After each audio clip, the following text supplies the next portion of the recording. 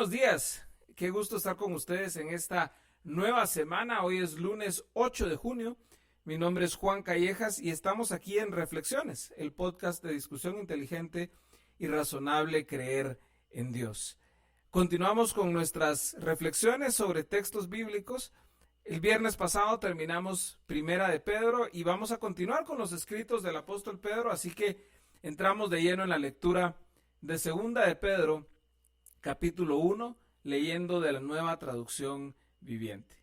Yo, Simón Pedro, esclavo y apóstol de Jesucristo, les escribo esta carta a ustedes que gozan de la misma preciosa fe que tenemos. Esta fe les fue concedida debido a la justicia e imparcialidad de Jesucristo, nuestro Dios y Salvador. Que Dios les dé cada vez más gracia y paz a medida que crecen en el conocimiento de Dios y de Jesús nuestro Señor. Mediante su divino poder, Dios nos ha dado todo lo que necesitamos para llevar una vida de rectitud. Todo esto lo recibimos al llegar a conocer a aquel que nos llamó por medio de su maravillosa gloria y excelencia. Y debido a su gloria y excelencia nos ha dado grandes y preciosas promesas. Estas promesas hacen posible que ustedes participen de la naturaleza divina y escapen de la corrupción del mundo, causada por los deseos humanos. En vista de todo esto, esfuércense al máximo por responder a las promesas de Dios, complementando su fe con una abundante provisión de excelencia moral. La excelencia moral con conocimiento. El conocimiento con control propio. El control propio con perseverancia. La perseverancia con sumisión a Dios. La sumisión a Dios con afecto fraternal y el afecto fraternal con amor por todos. Cuanto más crezcan de esta manera, más productivos y útiles serán en el conocimiento de nuestro Señor Jesucristo. Pero los que no llegan a desarrollarse de esta forma son cortos de vista o ciegos y olvidan que fueron limpiados de sus pecados pasados. Así que, amados hermanos, esfuércense por comprobar si realmente forman parte de los que Dios ha llamado y elegido. Hagan estas cosas y nunca caerán. Entonces Dios les dará un gran recibimiento en el reino eterno de nuestro Señor y Salvador Jesucristo. Por lo tanto, siempre les recordaré todas estas cosas, aun cuando ya las saben y están firmes en la verdad que se les enseñó. Y es justo que deba seguir recordándoles mientras viva, pues nuestro Señor Jesucristo me ha mostrado que pronto tendré que partir de esta vida terrenal. Así que me esforzaré por asegurarme de que siempre recuerden estas cosas después que me haya ido. Pues no estábamos inventando cuentos ingeniosos cuando les hablamos de la poderosa venida de nuestro Señor Jesucristo. Nosotros vimos su majestuoso esplendor con nuestros propios ojos, cuando Él recibió honor y gloria de parte de Dios Padre. La voz de la majestuosa gloria de Dios le dijo: "Este es mi Hijo muy amado, quien me da gran gozo". Nosotros mismos oímos aquella voz del cielo cuando estuvimos con Él en el Monte Santo. Debido a esa experiencia, ahora confiamos aún más en el mensaje que proclamaron los profetas. Ustedes deben prestar mucha atención a lo que ellos escribieron, porque sus palabras son como una lámpara que brilla en un lugar oscuro hasta que el día amanezca y Cristo, la estrella de la mañana, brille en el corazón de ustedes. Sobre todo, tienen que entender que ninguna profecía de la Escritura jamás surgió de la comprensión personal de los profetas, ni por iniciativa humana. Al contrario, fue el Espíritu Santo quien impulsó a los profetas y ellos hablaron de parte de Dios. Pedro está en los últimos tiempos de su vida, está por ser ejecutado. La tradición nos enseña que él fue ejecutado en Roma, crucificado boca abajo, y pidió que fuera así porque él no se sentía digno de morir crucificado exactamente igual que su Señor Jesús. Y entonces él escribe esta carta a manera de ir cerrando y terminando su ministerio. Y tenemos en este primer capítulo muchísimo de qué hablar. Pedro le está escribiendo a cristianos. Pedro le recuerda a los cristianos, y esto es increíble, que el regalo de la fe que tenemos es debido a la justicia e imparcialidad de Jesús, nuestro Dios y Salvador. Es de esos lugares maravillosos donde vemos otra faceta del Evangelio, la justicia e imparcialidad de Dios. Pero vemos también a Pedro aquí recordándonos algo acerca de Jesús, que Él es nuestro Dios y Salvador. Y luego Pedro nos recuerda algo que a veces olvidamos porque quizás hacemos de menos el estudio de Dios por una experiencia cristiana más de sentimientos y de feelings, si quieren ponerlo coloquialmente. Él dice que Dios les dé más gracia y paz a medida que crecen en el conocimiento de Dios y de Jesús nuestro Señor. Que ese sea nuestro anhelo y oración también. Que nosotros y los nuestros crezcamos en más gracia y paz a medida que crecemos en el conocimiento de nuestro Dios y de Jesús nuestro Señor. Pedro nos recuerda que ya tenemos todo lo que necesitamos para vivir una vida recta, una vida que agrada a Dios. Es un regalo que Dios ya nos dio por medio de su poder y que todo esto lo recibimos al llegar a conocer a Dios y a llegar a recordar de que hemos sido llamados por Él. O sea, es conocer a aquel que nos llamó por medio de su maravillosa gloria y excelencia, y que por causa de esa gloria y excelencia, Él nos ha dado grandes promesas que nos permiten a nosotros participar de Dios y escapar de la corrupción del mundo.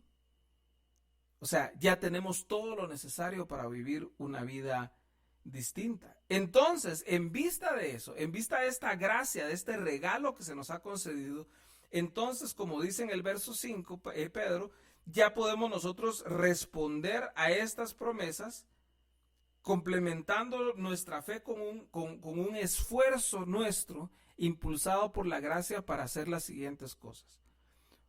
1.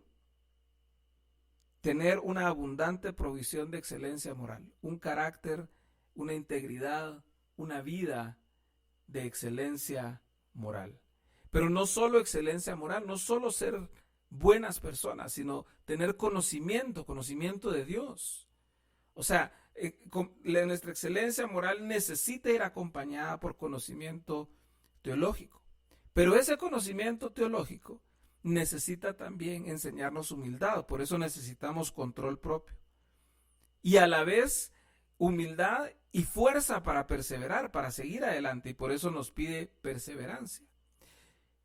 Y a la vez, esa perseverancia exige de nosotros humildad delante de Dios y sumisión a Dios. Porque en la medida en que nosotros perseveramos en una vida sujeta y sometida a Dios, podemos amar a nuestros hermanos y hermanas. Por eso empieza diciendo Pedro de que la sumisión a Dios se complementa con afecto fraternal. Esto quiere decir afecto hacia nuestros hermanos y hermanas en Cristo. Y de ahí es que podemos entonces pegar el brinco para amar a otros.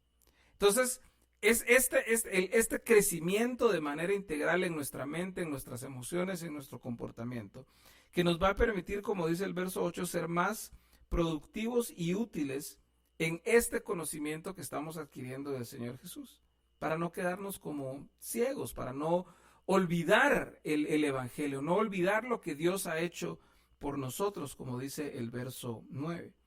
Entonces, Pedro nos invita acá a esforzarnos, pero no en nuestras propias fuerzas, sino a esforzarnos por causa de toda la gracia que ya hemos recibido, para que estemos certeros y seguros de que Dios nos ha elegido, nos ha llamado para sí, para ser suyos. Y ahí es cuando nosotros podemos anhelar con todo nuestro corazón el regalo de la vida eterna. Como Pedro está por morir, él ya sabe que está por morir. Él quiere recordarles, aún a pesar de que estas personas ya saben esta información, aún a pesar de que estas personas ya viven de acuerdo a esta información, Pedro quiere recordárselas y quiere asegurarse que ellos continuamente la recuerden ellos y se la recuerden a otros. Porque a pesar de que él ya está por irse, para él lo más importante es que el legado del Evangelio quede en el corazón de las personas. Y eso debe llamarnos a nosotros a la reflexión también. Nosotros no tenemos legado más importante que dejar a nuestra familia, a nuestros amigos, a nuestras iglesias que el evangelio. Y recordarlo constantemente. No es que comunicamos el evangelio y ya nos graduamos a escatología o ya nos graduamos a algún orden superior de teología sistemática o qué sé yo. En el evangelio es todo, y ahí está todo lo que necesitamos comprender y debemos constantemente recordarlo. Y Pedro les recuerda a ellos, a sus lectores, de que esto no es algo que él se inventó, esto es algo que él vio y vivió.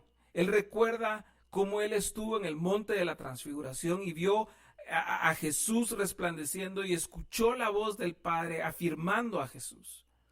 Y nos recuerda también no solo esa experiencia maravillosa que comprueba la veracidad de lo que él está diciendo y la convicción que él tiene, sino que como estaban Moisés y Elías con Jesús en el monte de la transfiguración, Pedro nos recuerda la importancia de siempre tener en mente las Escrituras, de siempre tener en mente a los profetas que fueron inspirados por Dios.